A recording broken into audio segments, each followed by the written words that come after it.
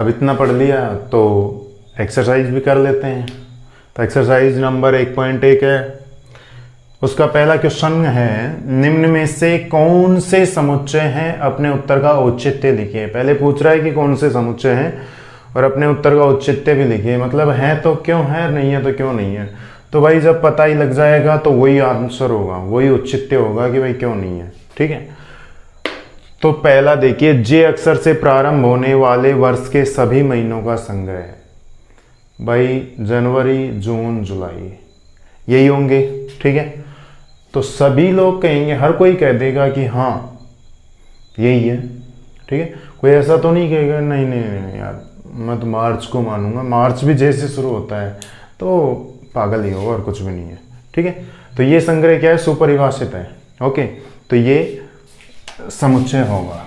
Okay, कारण क्योंकि सुपरिभाषित संग्रह है, सभी व्यक्ति इस पर एकमत होंगे। ये भारत के 10 सबसे अधिक प्रतिभाशाली लेखकों का संग्रह। ठीक है, नहीं होगा, पता है आपको, पहले ही बता दिया था। मतलब जो प्रॉपर्टी, मतलब गुण की बात होगी, ऊंचा नीचा, प्रतिभाशाली, अच्छा बुरा, ये सुंदरता, होशियारी, कुछ भी नहीं होगा इनमें से। ठीक है, एक भी इनमें से कोई समुच्चय नहीं हो सकता। ठीक है, तो ये भारत के 10 सबसे अधिक प्रतिभाशाली लेखकों का संग्रह, ये कोई सुपरिभाषित संग्रह नहीं है, इसलिए ये समुच्चय नहीं होगा। अच्छा भाई, तीसरा है विश्व के सर्वश्रेष्ठ 11 बल्लेबाजों का संग्रह। तो भाई ये कौन सी अलग बात है, ये भी तो वही है, वही सर्वश्रेष्ठ, मतलब ना भाई ना, कोई मतलब ही नहीं है। बल्लेबाज हो, चाहे फुटबॉलर हो, चाहे बैडमिंटन प्लेयर हो, कुछ भी हो, गद्दाल नहीं करने वाली। यहाँ पर सर्वश्रेष्ठ आ गया भाई, कोई किसके लिए कहेगा, कोई किसके लिए, कोई ब्रायन लारा, कोई रिक्की पॉन्टिंग, कोई सचिन तेंदुलकर, कोई वीरेंद्र सहवाग वगैरह वगैरह। ठीक है, तो इसकी वजह से नहीं आएगा। अगला है आपकी कक्षा के सभी बालकों का संग्रह, पक्का है ये समुच्चय होगा, सुपरिभाषित संग्रह है। रजिस्टर में देख लो, जितने भी हैं 50 हैं कि 100 हैं कि 150 हैं, 200 हैं, जितने भी विद्यार्थी हैं उनके अलावा किसी और का बच्चा आएगा नहीं। ठीक है, 100 से कम सभी प्राकृत संख्याओं का संग्रह। भाई 100 से कम सभी प्राकृत संख्याएं 1, 2, 3 एंड सो ऑन, ये 99 तक हो जाएंगी।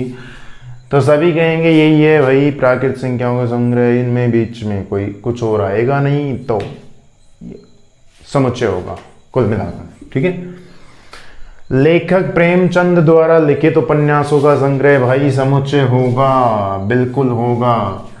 अब उसने 10 लिखे हैं, 20 लिखे हैं, 30 लिखे हैं, 40 लिखे हैं, जितने भी हैं होगा। ठीक है, अगर ये कह देता, क्वेश्चन इस प्रकार होता कि लेखक प्रेमचंद द्वारा लिखित अच्छे उपन्यासों का संग्रह, तो समुच्चय नहीं होता है। अच्छे, वही बात आ गई ना। ठीक है, अब होगा सभी संपूर्णांकों का संग्रह। भाई ये है तो ये भी है, सीधी सी बात है, वही 2, 4, 6, 8, 10 है ना, वही। ठीक है, कोई ये तो कहेगा नहीं कि नहीं नहीं नहीं 3 भी आएगा, 1 भी आएगा, नहीं, बिल्कुल नहीं होगा, हर कोई कह देगा वही। इस अध्याय में आने वाले प्रश्नों का संग्रह बिल्कुल होगा, ये भी होगा 10, 20, 30, 50, 60, 70 जितने भी हैं, 80, 90, 100 जितने भी हैं, तो सुपरिभाषित संग्रह है। विश्व के सबसे अधिक खतरनाक जानवरों का संग्रह। भाई बिल्कुल नहीं होगा, वही खतरनाक, वही जैसे किसी के घर में पालतू कुत्ता रखा है भैया, तो घर वालों के लिए तो खतरनाक होगा नहीं, बिल्कुल नहीं होगा, लेकिन बाहर वालों के लिए है ना, साबित हो सकता है खतरनाक। ठीक है, तो इसमें सभी व्यक्ति एकमत नहीं होंगे, इसलिए ये समुच्चय नहीं होगा। ओके, क्वेश्चन नंबर 2 देखिए।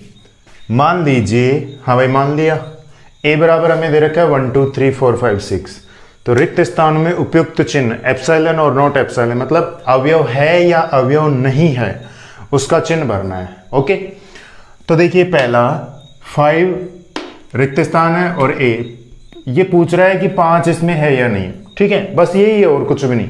जो इसमें होगा उसके लिए वो वाला चिन्ह आ जाएगा एप्सिलॉन का, और जो नहीं होगा उसमें नॉट एप्सिलॉन का।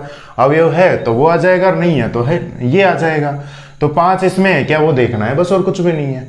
ओके, तो 5 है तो बस ये आ जाएगा, 8 नहीं है तो ये आ जाएगा, 0 नहीं है तो ये आ जाएगा, 4 है तो ये आ जाएगा, 2 है तो ये आ जाएगा, और 10 है नहीं है तो ये आ जाएगा। बस क्वेश्चन खत्म, इजी सा था बिल्कुल।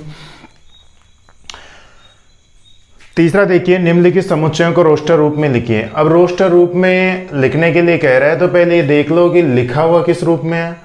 ये समुच्चय निर्माण रूप में लिखा हुआ है। किस रूप में लिखा हुआ है? समुच्चय निर्माण रूप में। देखिए यहाँ पर चर दे रखा है, कोलन दे रखा है, फिर चर को परिभाषित कर रखा है। ठीक है, इसका मतलब ये समुच्चय निर्माण रूप में है। तो इसको रोस्टर रूप में, रोस्टर रूप में मतलब मंझले कोष्ठक में सभी अवयवों को कोमा लगा लगा कर लिखना है। ओके, तो इसमें पहला है x इस प्रकार है कि x एक पूर्णांक है और उसका मान -3 से 7 के बीच में है। ओके, अब पूर्णांक है -3 से 7 के बीच में है, तो -3 और 7 के बीच में है। देखो यहाँ पर इक्वल टू नहीं लगा हुआ, ये चीज विशेष तौर से ध्यान रखने वाली है। अगर इक्वल टू लगा होता तो क्या मतलब होता, और नहीं है तो क्या मतलब है, वो भी जान लो आप लोग। हालांकि आगे आएगा, अब तो इससे नेक्स्ट एक्सरसाइज में ही पढ़ने वाले हम। इसका मतलब क्या है कि x का मान -3 से बड़ा है। भाई ये असमीका है, इनइक्वालिटी है। तो असमीका का मतलब क्या है कि जिधर बड़ा मुंह है ना, बिल्कुल इजी सी बात याद रखने। कई बार क्या है ना, कंफ्यूजन रहता है। कंफ्यूजन वैसे समझते टाइम तो नहीं रहता, लेकिन भूल जाते हैं हम। कई बार भूल जाते हैं कि कौन सा बड़ा है कौन सा छोटा है ना, होता है ऐसा। ठीक है, तो बिल्कुल इजी सा तरीका इसको याद रखने का क्या है कि जिधर बड़ा मुंह है, इसका जिधर बड़ा मुंह है वो संख्या बड़ी है, और जिधर छोटा मुंह है वो संख्या छोटी है।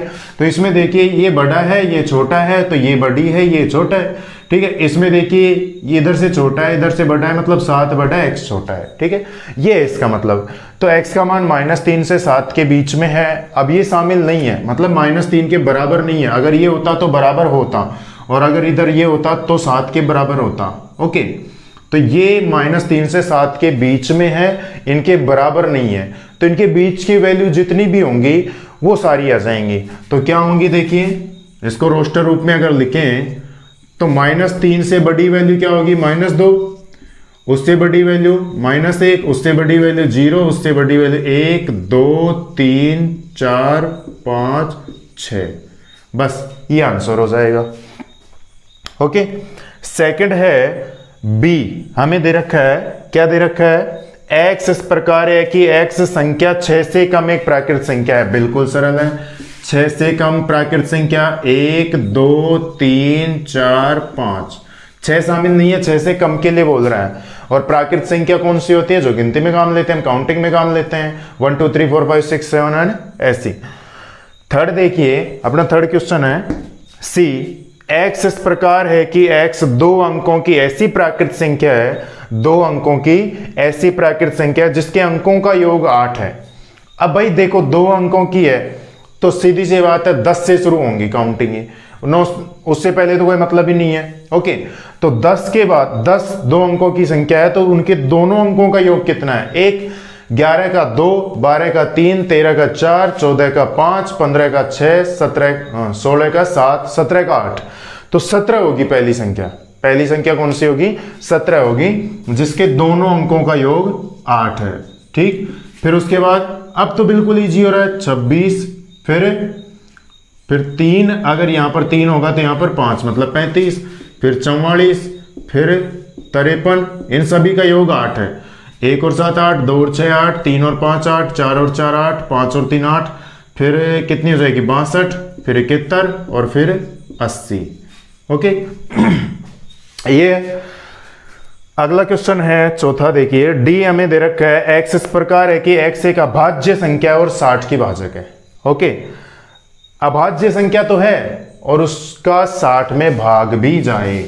तो देखिए अभाज्य संख्या, सबसे पहली अभाज्य संख्या 2 होती है और 2 का 60 में भाग भी जा रहा है। एक नहीं, एक ना तो भाज्य है ना अभाज्य, इसको कुछ भी नहीं बोलते, भाज्य अभाज्य की कोई बात ही नहीं होती। तो 2 सबसे पहली है अभाज्य संख्या जिसका 60 में भाग जाता है। फिर अभाज्य संख्या 3 है, 3 का 60 में भाग जाता ही है। ठीक है, ये 3 हो गई। फिर उसके बाद 5 का भी जाता है। ओके, 12 5 60। फिर 7 आती है, 7 का भाग जाता नहीं है। फिर 11 आती है, 11 का जाता नहीं है। फिर 11 के बाद 13, 13 का भी नहीं जाता, 13 चौक 52, 13 पंजे 65, ठीक।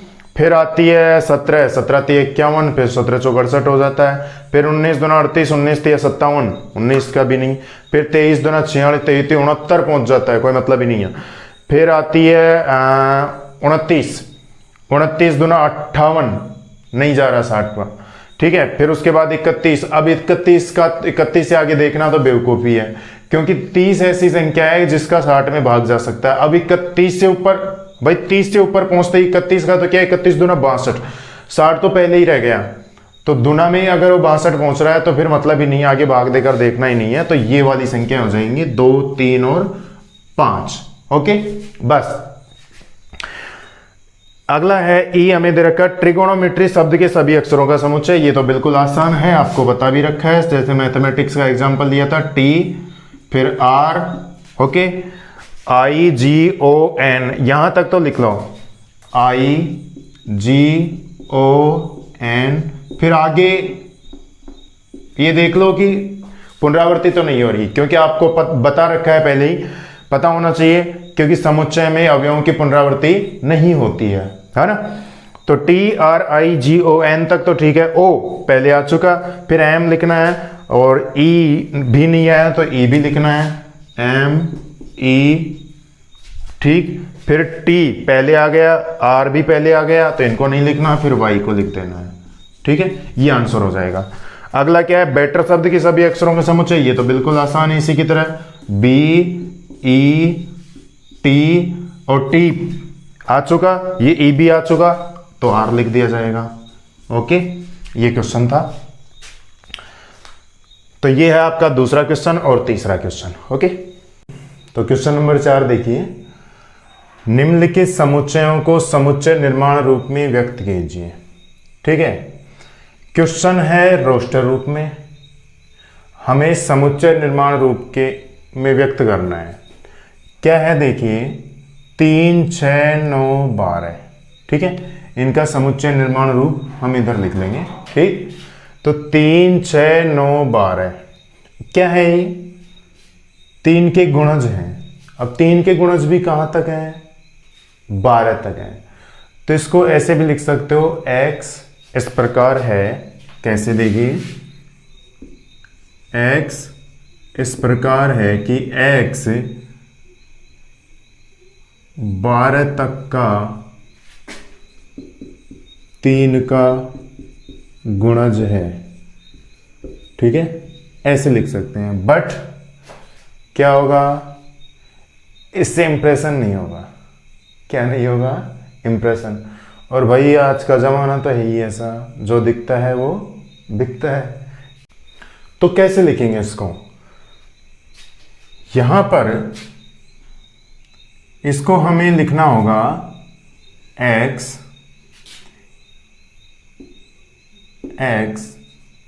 क्या है, 3, 6, 9, 12, 3 का गुणज मतलब 3n। क्या लिखना होगा, 3n का मतलब 3 का गुणज। अब 3 का गुणज मतलब यहां पर 3 है, इसलिए 3 का गुणज। अब n का मान कुछ भी हो सकता है, 1, 2, 3। अब ऐसा नहीं हो कि कुछ भी का मतलब 1/2 रख दें या 2/3 रख दें या 3/2, ऐसा नहीं होगा। कि वो 3 का गुणज कहां से होगा, मतलब 3 का गुणज का मतलब है कि 3 का भाग जाता हो।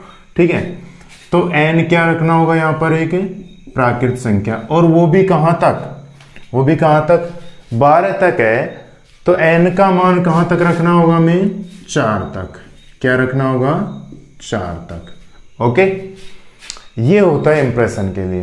कारण जैसे किसी क्वेश्चन का आंसर देना हो, हम मैथमेटिक्स की बात नहीं कर रहे, हम किसी अदर सब्जेक्ट की बात कर रहे हैं। जैसे साइंस में वर्गीकरण करना होता है, तो एक लैंग्वेज के रूप में लिखने के बजाय यहाँ जैसे ये ऐसे कुछ किया, यहाँ किसी का वर्गीकरण करेंगे और इसको ऐसे ऐसे ऐसे ऐसे, ठीक है, ऐसा कुछ कर देंगे।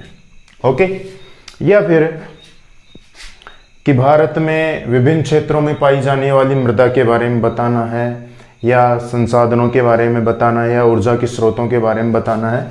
तो ऐसा कुछ इंडिया का नक्शा बना के, है ना, ठीक है, ये ऐसे, और यहाँ, हाँ भाई राजस्थान में ये होता है, लद्दाख में ये होता है, जम्मू एंड कश्मीर में ये होता है, यूपी में ये होता है, दिल्ली में ये होता है, केरल में ये, ऐसे ऐसे ऐसे ऐसे दर्शा देना और भी बेहतर होता है बजाय लैंग्वेज के रूप में लिखने के।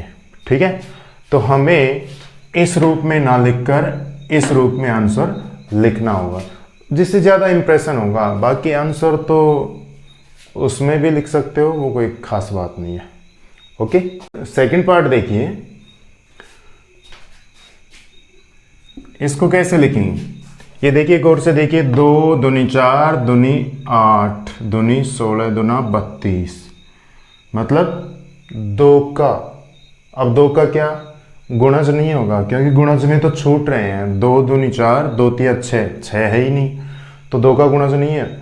हर एक 2 के गुणा से बढ़ रहा है, मतलब 2 की घात में है। ठीक है, तो कैसे लिखेंगे, x इस प्रकार है कि x equal to 2 raise to power n, मतलब 2 की घात में बढ़ रहा है, हर एक पद 2 गुणा हो रहा है। ठीक है, और n क्या होगा, एक प्राकृत संख्या, वही n का मान 1 रखेंगे तो 2, n का मान 2 रखेंगे तो 4, 3 रखेंगे तो 8, 4 रखेंगे तो 16 और 5 रखेंगे तो 32। बस, तो n का मान कहाँ तक लेना है अपने को, 5 तक। ओके, यहां देखिए 525 125 625। ठीक है, मतलब 5 का स्क्वायर, सेम इसी की तरह क्वेश्चन है, ये 5 के स्क्वायर के रूप में और सॉरी 5 के गुणज के रूप में बढ़ रहा है। तो x equal to 5 raise to power n, n क्या है, एक प्राकृत संख्या और उसका मान कहां तक होगा,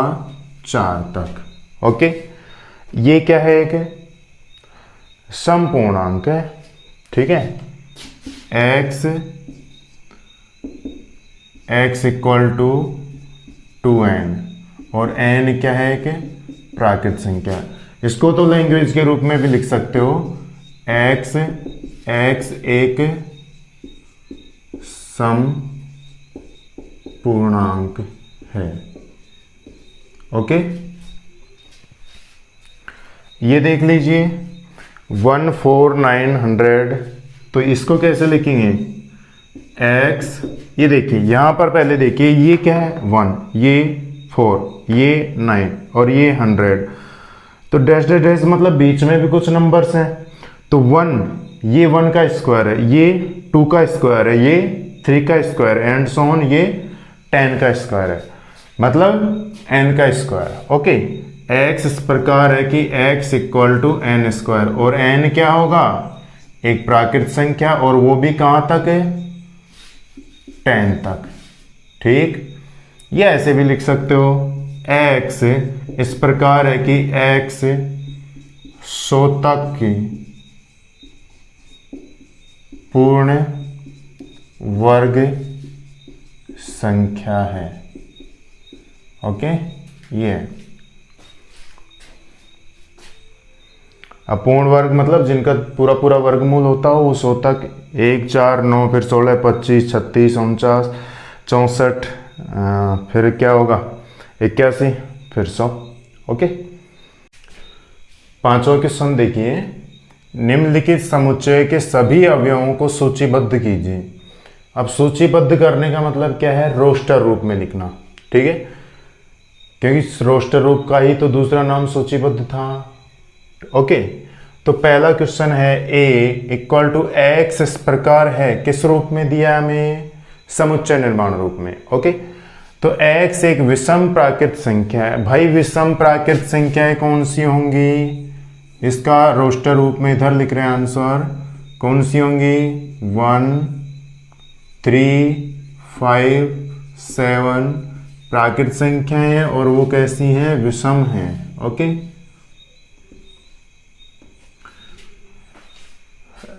सेकंड है x इस प्रकार है, इसको क्या बोलते हैं, इस प्रकार है।